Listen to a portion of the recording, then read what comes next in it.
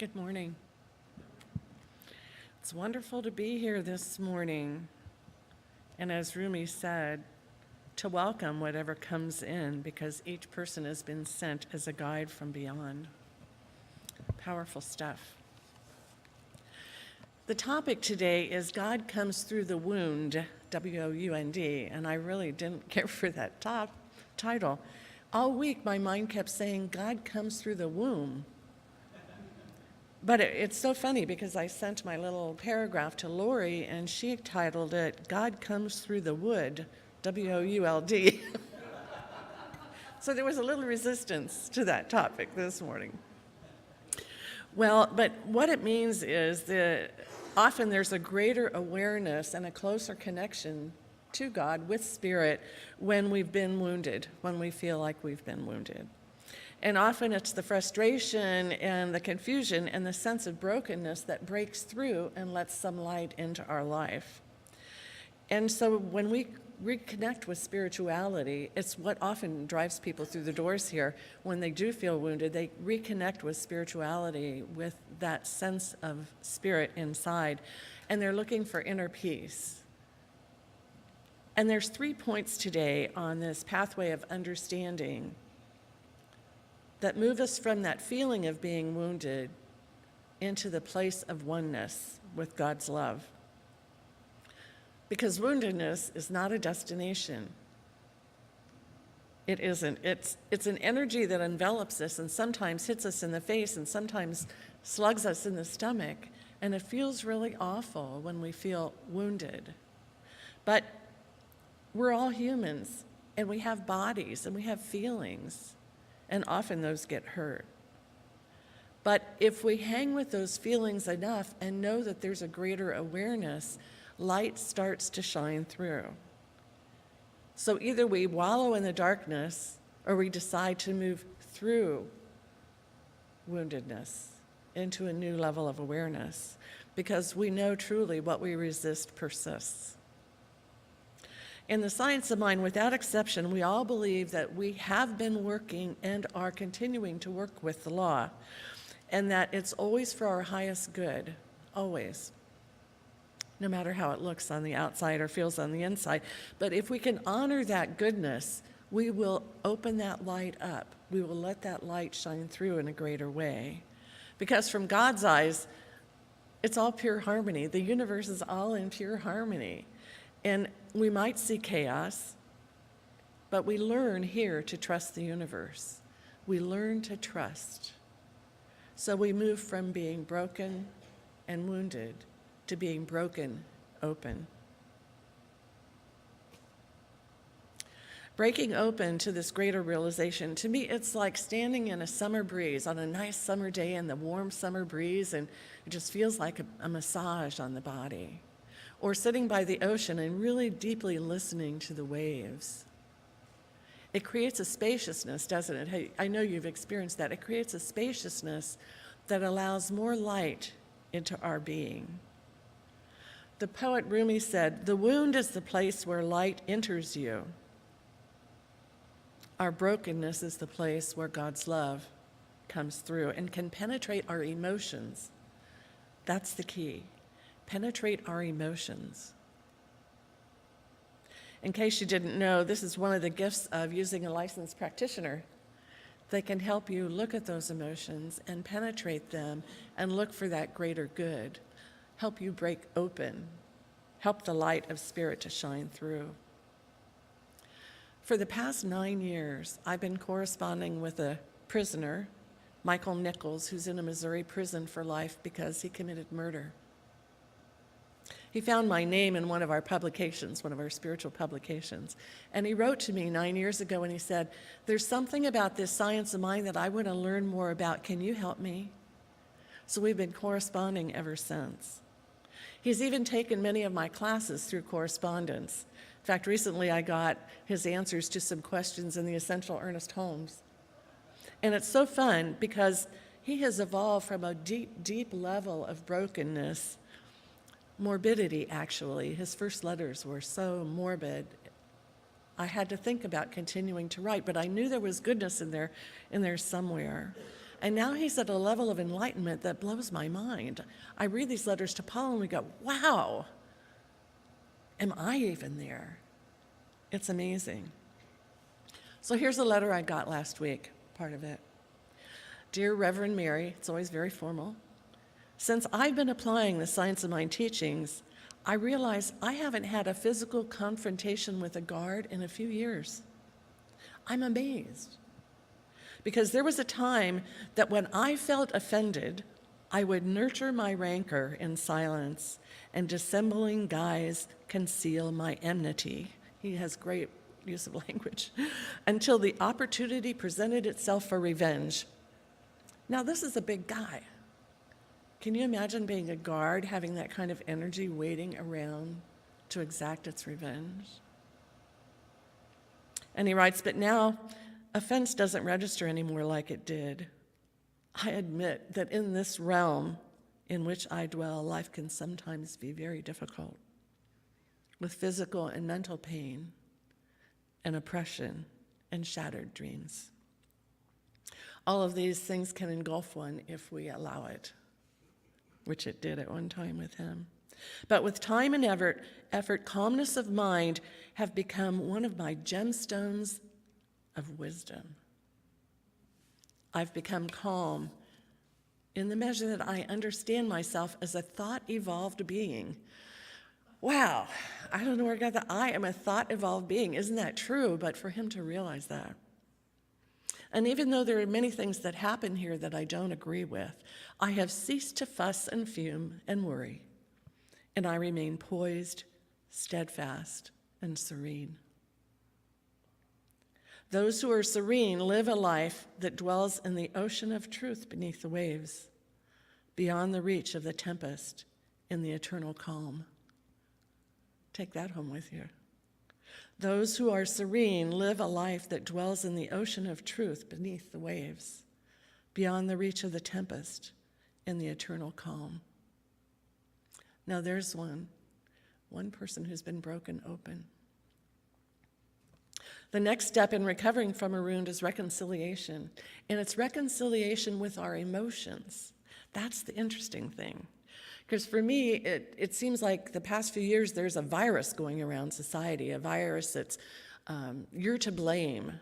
I'm not to blame, you're to blame. I hate you. I don't like what you say. I don't like what you do. I'm a victim. It's not my fault. It's somebody else's fault. But when we blame others, we're never going to get an answer. We're never going to solve it because we're looking outside ourselves. So in the Science of Mind, we learn how to reconcile what we have been continuously thinking and being and acting with what's really happening in our lives. We connect the two. It's the place where our energy, our attention, and our experience are focused. The law of cause and effect. So lately, if you've been feeling fear and loathing, just recognize you're bringing more of that into your experience or your awareness. Because it's no secret how our mind works. But there seems to be an issue connecting the dots, connecting our emotional experience, our thinking process with what's happening in our life. But it's the way God set it up. Why? I don't know. We'll never find out. Maybe we'll find out. But infinite intelligence set it up that way. So it's nice to pay attention. For several years now, I've also been supporting an organization called the Human Kindness Foundation. It was started by Ram Dass, many of you know Ram Dass, in 1973 as the Prison Ashram Project, and today it continues through this foundation. Their total focus is on helping prisoners find emotional freedom. They do this through meditation, through spiritual practices. They work with prisoners in studying Siddha Yoga, but they also study Richard Rohr, Brother David Standel Ross, Jack Kornfield, Louise Hay, and the Dalai Lama. In fact, this book, which I dearly love, called We're All Doing Time, A Guide to Getting Free. The Dalai Lama wrote the introduction to their book because he knew, as he shared, that until prisoners and guards can treat each other with kindness, they're not going to find emotional freedom. The author, Bo Lazoff, wrote that wherever we are, in or out of prison, we're all doing hard time until we find freedom inside ourselves. We're all doing hard time until we find that freedom. If we're not at peace with ourselves, then we're all doing time in one kind of a prison or another. Maybe you don't recognize it in yourself, but maybe recognize it in others. But he says, prisoners who are in prison kind of have a head start on you because everything's been taken away from them already. Everything. They've been stripped of everything, and their excuses don't work anymore. So when he goes into a prison, it can turn into the best spiritual awakening a human being could ever have if they're willing to listen and be open. He says the prisoner learns how to express human kindness, and the bottom line is they grow in the knowledge that they create their own curses and their own blessings. What a great thing to learn. Back to my friend Michael Nichols. I just returned to this prison after graduating from a 9-month data gathering program on criminal thinking. They were studying him. 72 prisoners were put in this program, but only 3 made it through, and I was one of the 3. On the last day, a panel of victims were brought into the prison to meet them. They came from the free world to meet these prisoners who were doing such hard time. We were given the opportunity to share what we did to get us into prison, but also to share what we've learned from all of this. I presented the victims with a book of quotes that I've been accumulating over the past few years, and during the 9 months, I would read 1 quote a day to all the people in this program. And so I put him into a little book and gave him to the victims. It was a token of appreciation to thank them for coming into this realm and hearing us and speaking with us. In my first couple days back to regular prison, I probably shook 100 hands and received 100 hugs. To tell you the truth, I had no idea how much my presence was missed, and by so many. I've only been in this prison 2 years, and my 9-month absence had a very profound effect on everyone, and even the guards seemed to notice. That's powerful reconciliation. Very powerful. And the third step of allowing God's light to shine through our wound is kindness and compassion to others.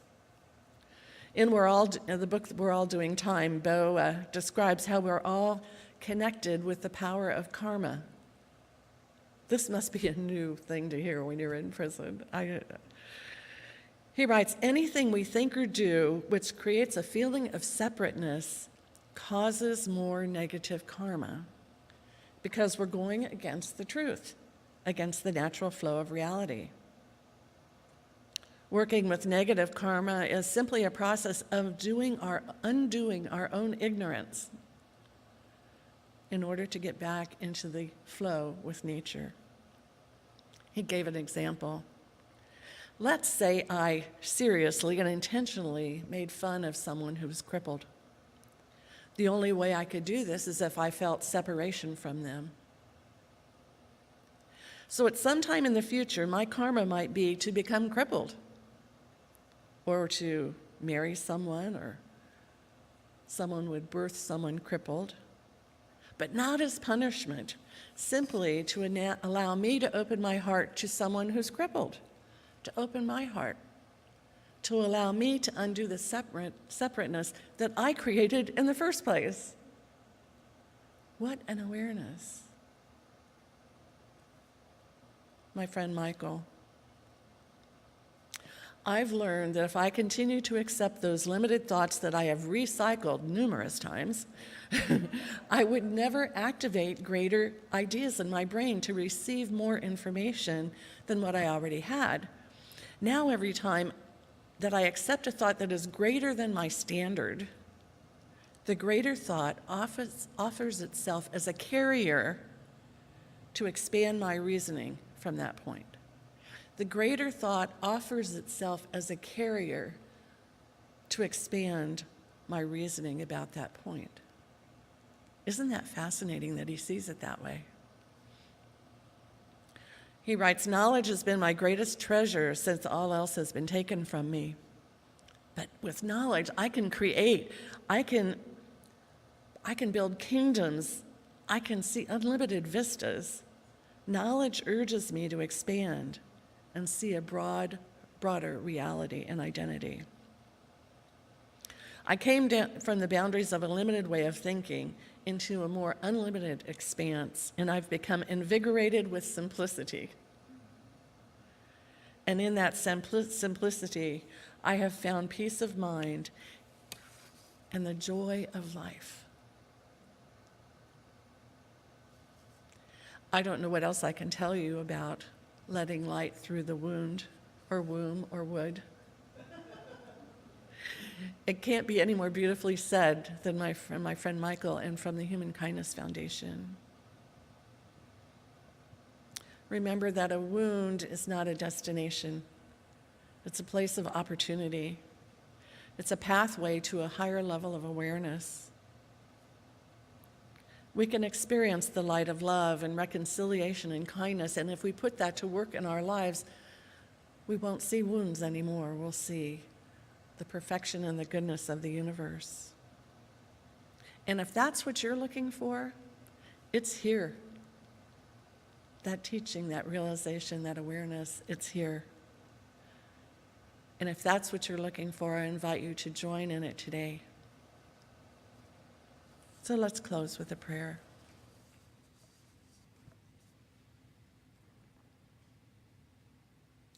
In this moment of stillness, my heart is just fluttering with joy to know that those who have created a life of such difficulty are seeing the light of truth. It's a life-saving experience. It's an experience that changes more lives than we'll ever know. So I accept for my friend Michael and the Human Kindness Foundation all the energy and love in the universe to keep them going, to keep them revealing the truth to so many who are so desperate to find an answer in life. I support their work. I support the energy that goes into that work. And I support the energy here in this center to bring this truth to a greater community. In great thanksgiving, I am so grateful for the science of mind and how it has improved so many lives and brought them to the fruit of knowledge. So I release these words into the world, knowing it expands them and it creates a greater experience, even in my own life. Thank you, Spirit. And so it is.